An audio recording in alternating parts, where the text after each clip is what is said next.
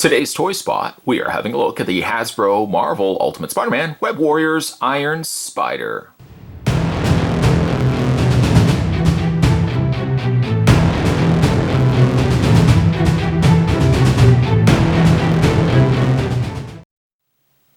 Spot's already had a look at two other figures, the Spider-Man 2099 and the Ultimate Spider-Man. Now we're looking at Iron Spider from the Ultimate Spider-Man Web Warriors cartoon. Not crazy about the cartoon. I think actually it's Spider-Man, Ultimate Spider-Man versus the Sinister Six, which I think is kind of what it's based from. I didn't honestly like the cartoon. I've watched a few episodes of it. It's not certainly one of my favorite Spider-Man cartoons. It's recommended though for ages 4 and up. I believe I picked this up from Toys R Us, but it's in other stores as well, these figures. Spin around the back of the package, at least one could say that it does come with a read-up. Super Genius Amadeus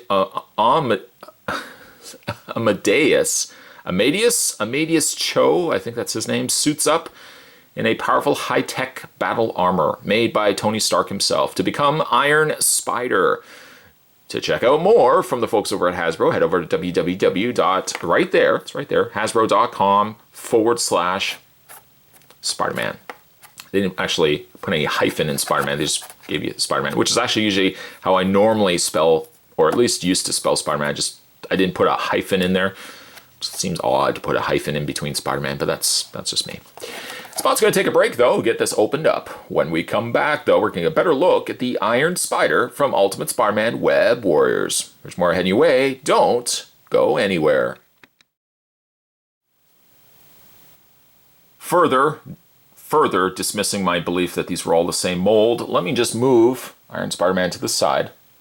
We'll bring in the likes of Spider-Man 2099. As you can see, they're roughly about the same sized figure, although proportionately, well, wider-wise, Iron Spider-Man's a lot wider than Iron Spider. And then you can bring in little tiny Miles Morales, the Ultimate Spider-Man. You can see he's even small. Well, he was smaller than Spider-Man 29. Clearly, he's then going to be smaller than Iron Spider.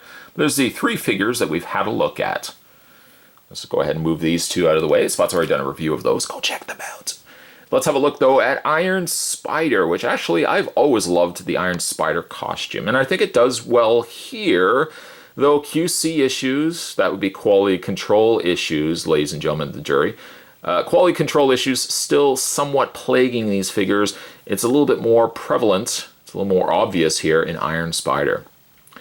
Colors in the areas around his, I guess what we'd call those calf guards here, as well as the arm guards and the shoulder areas.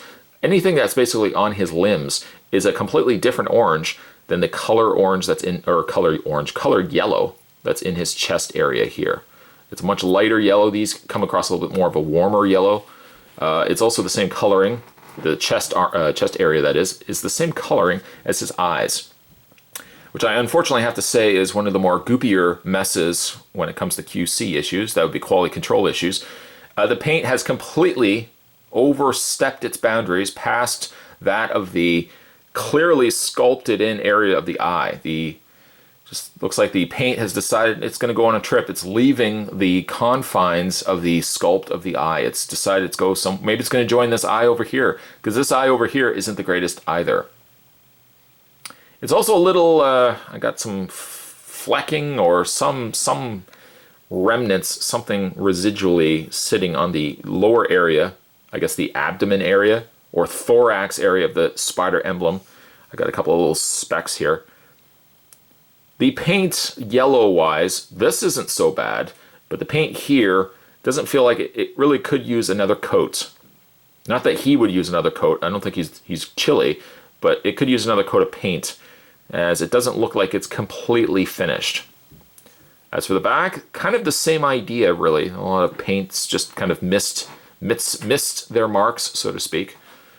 Once again, he has peg holes on the undersides of his feet, but he doesn't come with a display stand, nor does he come with any web rocket firing launcher, anything cool that a kid would want to add to a Spider-Man. Posability, same as the others. It does have a ball joint, but you can't really move the head up and down too much. You can rotate the arms, you can do that at least, and you can hinge the legs back and forth. That's about all you're going to get. The figures themselves are, I would want to say, reasonably priced, but that's not really the case. Figures like this could have easily been marked for about $8, maybe about $6 to $8, and I think they would have done well. Unfortunately, though, picking these up in stores, at least here in Canada, these are still about $14. And $14 could go a long way with some additional posability. Certainly could have gone a long way as well with something that could have gone on the arms, a launcher, a shield, a skateboard. Okay, maybe not a skateboard. But they're not bad figures. I mean, they're very basic. They would be categorized as the basic class of figures when it comes to these Marvel properties. Hasbro really, I think, should just kind of decide what they want to do with figures and kind of stick with that. Because there's all these middle of the marks. There's really tall figures. There's really small figures. That's where basically the majority of your budgets are going, guys. Why don't you just stick to a Marvel Legends, for example, and then like a posable, smaller Marvel Universe scale, or, you know, give these guys a little bit more posability. But all over the place with sizes, those things don't sell. They don't sell. At any rate, today's Toy Spot, we're having a look at the Ultimate Spider-Man Web Warriors. This was Iron Spider. He was. No fooling. Stay tuned, guys.